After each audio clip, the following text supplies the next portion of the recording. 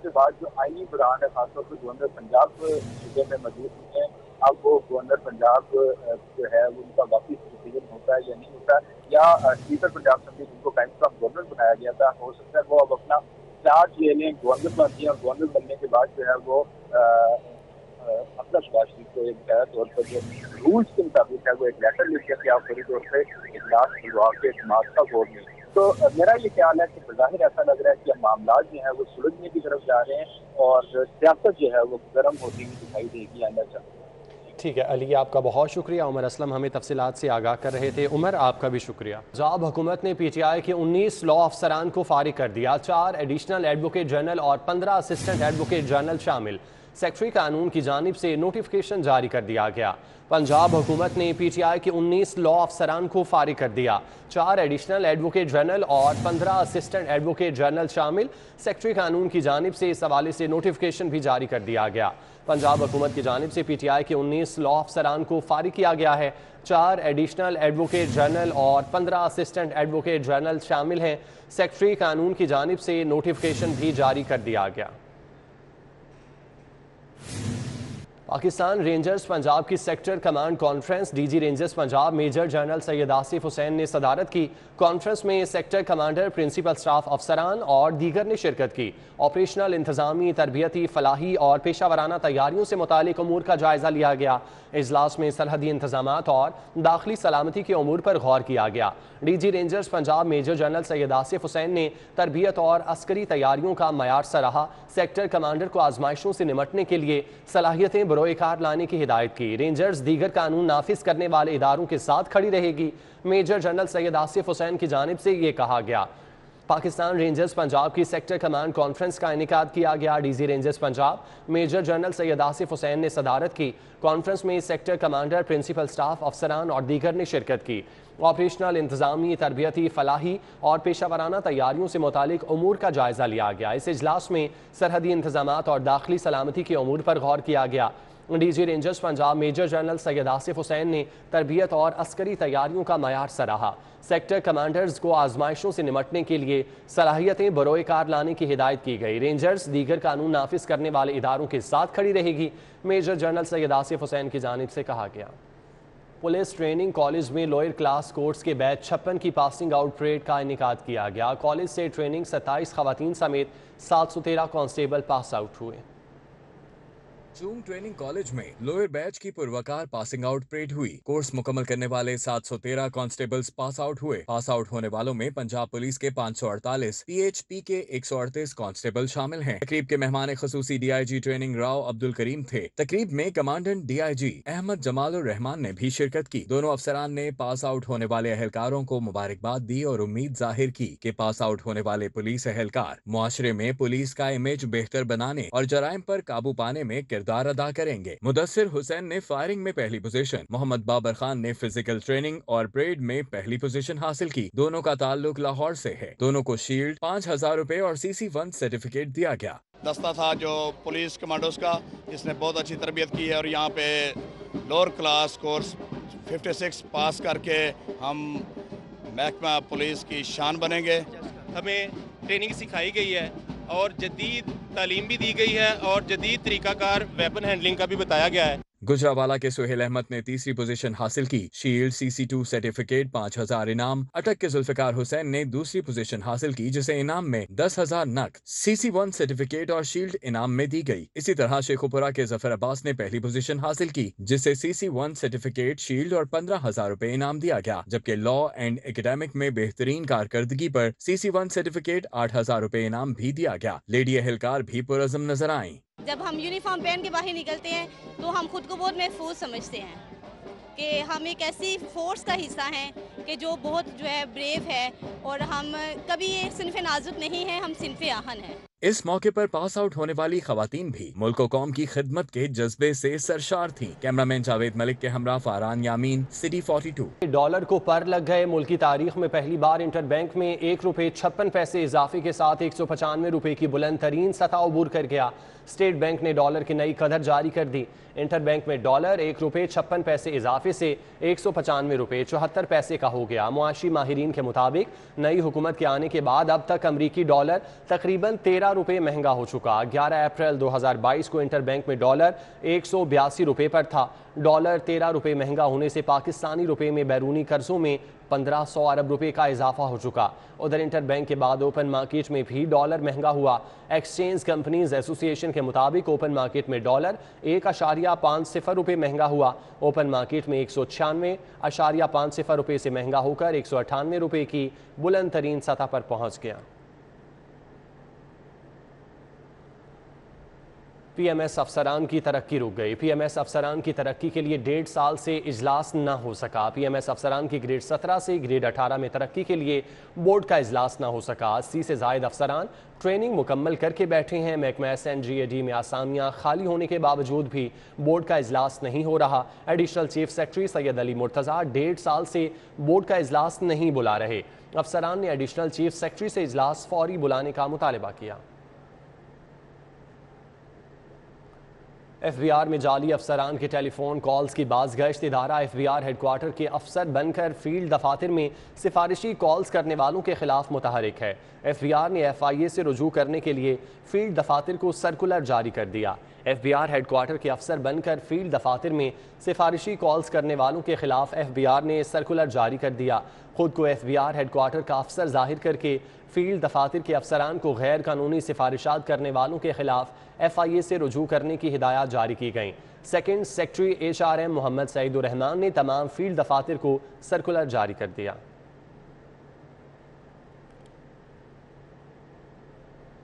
Private اسکولوں کی مشکلات میں مزید اضافہ ہو گیا۔ پرائیویٹ اسکولوں کو رجسٹریشن سے قبل کمرشلائزیشن لائسنس لازمی لینا ہوگا۔ کمرشلائزیشن لائسنس کے لیے اسکولوں کو ٹاؤن میونسپل ایڈمنسٹریشن سے NOC لینا ہوگا، جو رجسٹریشن کے حصول کے لیے اسکول ایجوکیشن کو جمع کروانا ہوگا۔ پرائیویٹ اسکولوں کی مشکلات میں مزید اضافہ۔ تفصیلات کے مطابق آئندہ پرائیویٹ اسکولوں کو رجسٹریشن سے قبل کمرشلائزیشن لائسنس لینا لازم ہوگا۔ کمرشلائزیشن لائسنس کے لیے اسکولوں کو ٹاؤن میونسپل ایڈمنسٹریشن سے NOC لینا ہوگا۔ اسکولوں کو رجسٹریشن کے وقت NOC اسکول ایجوکیشن ڈپارٹمنٹ کو جمع کروانا ہوگا۔ اسکول ایجوکیشن کے مطابق مختلف علاقوں میں بغیر اجازت اسکول بنانے سے ٹریفک اور دیگر مسائل بڑھ رہے ہیں۔ مسائل کے حل کے لیے اسکول کے اراضی کو کمرشل کروانا لازم ہے۔ صدر سرونگ اسکول ایسوسی ایشن پاکستان رضا الرحمان کا کہنا ہے اسکولوں کی رجسٹریشن کے لیے TMA سے NOC لینے کی شرط عائد کرنا درست فیصلہ نہیں ہے۔ فیصلے سے اسکولوں کے ٹیکسز میں مزید اضافہ ہوگا۔ ٹیکسز بڑھنے سے فیسیں بڑھیں گی، جس کا بوجھ والدین پر پڑے گا۔ PVC and plastic pipe industry کے وفد کی فیڈریشن چیمبر آمد ہوئی۔ چیئرمین نسیم شاہد مغل کی قیادت میں صدر اور ریجنل چیئرمین سے ملاقات۔ نائب صدر فیڈریشن چیمبر رفت ملک، کوارڈینیٹر محمد علی میاں موجود۔ PVC plastic pipe manufacturing industry مالکان کا کسٹم اور ریگولیٹری کمیٹی کم کرنے کا مطالبہ۔ تفصیلات شہزاد خان عبدالی سے جانتے ہیں۔ جی شہزاد۔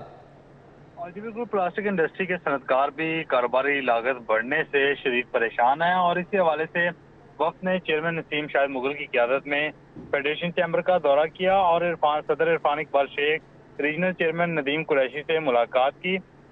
اس موقع پر چیئرمین نسیم شاہد کا یہ کہنا تھا کہ پلاسٹک مینوفیکچرنگ انڈسٹری جو ہے وہ یہ چاہتی ہے کہ کسٹم ڈیوٹی جو ہے وہ ختم کی جائے اور ریگولیٹری ڈیوٹی کو 11% سے کم کر کے 5% کی جائے۔ اس وقت PVC پلاسٹک پائپ خام مال پر 13% کسٹم ڈیوٹی عائد ہے، جبکہ 11% ریگولیٹری ڈیوٹی عائد کی گئی ہے۔ اس کے علاوہ چیئرمین نسیم شاہد مغل کا یہ بھی کہنا تھا کہ پلاسٹک انڈسٹری مالکان کو پرانی مشینری کی امپورٹ پر جنرل سیلز ٹیکس جو ہے وہ مکمل طور پر ختم کیا جائے۔ اس کے علاوہ ان کا یہ کہنا تھا کہ جو خام مال PVC پائپ انڈسٹری کی ضرورت ہے اسے ایکسپورٹ کیا جا رہا ہے، جس سے انڈسٹری کو ناقابل تلافی نقصان ہو رہا ہے۔ اس کا حکومت فوری طور پر نوٹس لے اور جو خام مال PVC پائپ انڈسٹری کی ضرورت ہے اس کی ایکسپورٹ پر فوری طور پر بین لگایا جائے۔ جی ٹھیک ہے شہزاد، آپ کا بہت شکریہ۔ سمز میڈیکل کالج کا چھٹا کانوکیشن، 280 سے زائد طلباء میں ڈگریاں تقسیم کی گئیں۔ نوجوان ڈاکٹرز نے معاشرتی اور ملکی خدمت اور ترقی کا عزم ظاہر کیا۔ مہمان خصوصی خواجہ سلمان رفیع کا کہنا تھا صحت کے سب سے زیادہ منصوبے ہمارے دور میں شروع ہوئے۔ Services institute of medical sciences کے کنوکیشن میں 56 اسٹوڈنٹس کو گولڈ، 7 سلور، 7 براؤن، 167 کو امتیازی ایوارڈ اور مجموعی طور پر 286 اسٹوڈنٹس کو ڈگریوں سے نوازا گیا۔ تقریب کے مہمان خصوصی ممکنہ وزیر صحت خواجہ سلمان رفیق کا کہنا تھا کہ 4 نئی میڈیکل یونیورسٹیاں ان کے دور میں بنی۔ پاکستان ڈاکٹرز نے پوری دنیا میں شہرت کمائی ہے۔ ہم سب لوگوں نے مل کے اس وقت اس کو مکمل کیا۔ آج الحمدللہ صوبے میں جو یونیورسٹیز ہیں ان میں سے 4 یونیورسٹیز کا کریڈٹ بھی اللہ کا شکر ہے کہ ہمارے دور کا ہے۔ ہائی کورٹ کے چیف جسٹس ریٹائر مامون رشید شیخ اور ڈاکٹر ثانیہ ڈوگر کی بیٹی ڈاکٹر میشا شیخ نے سب سے زیادہ 21 میڈلز حاصل کیے اور بیسٹ آل راؤنڈر کا ایوارڈ بھی اپنے نام کیا۔ نئے ڈاکٹرز کا کہنا ہے کہ محنت، لگن، والدین اور اساتذہ کی دعاؤں کی بدولت ممکن ہوا۔ اسپیشلائزیشن حاصل کر کے خدمت خلق کرنا چاہتے ہیں۔ Our parents, our teachers. Hardly any medical student can claim to have gotten through medical college without the unending love and support of their families. ہم پوری امید رکھتے ہیں کہ انشاءاللہ وہ ایک بہت اچھی ڈاکٹر ثابت ہوگی۔ Vice chancellor university of health sciences professor Javed Akram, principal سمت پروفیسر فاروق افضل اور وائس پرنسپل سمت پروفیسر طیبہ وسیم کا کہنا تھا کہ امید ہے طالب علم ملک کے لیے سرمایہ ثابت ہوں گے اور حکومت پنجاب اوسطاً ایک طالب علم پر 1 کروڑ 10 لاکھ انویسٹ کرتی ہے۔ اب آپ کی ذمہ داری بنتی ہے کہ ریاست کا فریضہ ادا کیا جائے۔ آپ ایک اسٹوڈنٹ سے آفیسر بننے جا رہے ہیں، ایک پروفیشنل بننے جا رہے ہیں، بہت اچھی چیز ہے۔ اللہ، آپ نے محنت کی، آپ کے ماں باپ نے دعائیں کی، انہوں نے پیسہ لگایا، یو ڈیزرو اٹ۔ آپ کو اللہ تعالیٰ نے وہ مرتبہ دیا ہے کہ آپ اللہ کی نمائندگی کر رہے ہیں۔ میرا اس پہ مکمل یقین ہے کہ یہ جو بچے جن کی ہم نے تربیت کی ہے ان کے اندر اتنا پوٹینشیل ہے کہ جو ہمارا ہیلتھ کیئر سسٹم ہے، جو کہ اس وقت کافی حد تک انڈر پریشر ہے، یہ اتنے اچھے تربیت یافتہ ڈاکٹرز ہیں کہ جب یہ اس سسٹم میں شامل ہوں گے تو انشاءاللہ نہ صرف ہماری ہیلتھ کیئر بہتر ہوگی بلکہ جو ہمارے پیشنٹ کے آؤٹ کمز ہیں وہ بہتر ہوں گے۔ اسٹوڈنٹس کے لیے ظاہر ایک بہت ہی خوشی کا دن ہے۔ ہم ایکسپیکٹ کرتے ہیں کہ ہمارے یہ بچے فلیگ بیررز ہوں گے ہمارے سمس کے، جس میں ہم ان کو پڑھاتے ہیں خلوص نیت سے نالج اینڈ سکلز اور اس کے بعد مریض سے خوش اخلاقی۔ پروفیسر جوید اکرم نے فیمیل ڈاکٹرز اور ان کے والدین کو تلقین کی کہ ان کو گھر بٹھانے کی بجائے پروفیشنل ڈاکٹرز بنایا جائے۔ کیمرامین سلمان الوی کے ساتھ عظمت اوان، سٹی 42۔ UMT اور جاپان انٹلیکچوئل فورم کے درمیان MOU سائن کرنے کی تقریب پاکستان میں جاپانی زبان پڑھائی جائے گی۔ جاپان میں اردو کو فروغ دیا جائے گا۔ تقریب کا اہتمام تلاوت کلام پاک سے ہوا۔ MOU کا مقصد UMT میں جاپانی زبان کے کورسز اور جاپانی یونیورسٹیز کے ساتھ تعلیمی تعاون شروع کرنا ہے۔ تقریب میں موجود یونیورسٹی کے سٹاف نے جاپان کے وفد کو بریفنگ بھی دی۔ تقریب میں مہمان خصوصی mister Ryuji Iwasaki san, head counsellor embassy of Japan, Nabeel Hashmi, chairman arts Japan Iqbal Burma, صدر Pakistan Japan intellectual forum Sitara Arif, نائب صدر Pakistan Japan intellectual forum rector UMT doctor Asif Raza اور DG UMT عابد شیروانی نے تقریب میں شرکت کی۔ پروفیسر عابد شیروانی نے کہا کہ ہمارا مقصد ادارے میں تعلیم کو بہتر سے بہتر بنانا ہے۔ مسٹر ریوجی اواساکا نے کہا کہ جاپان میں اردو زبان کو بھی فروغ دیا جائے گا۔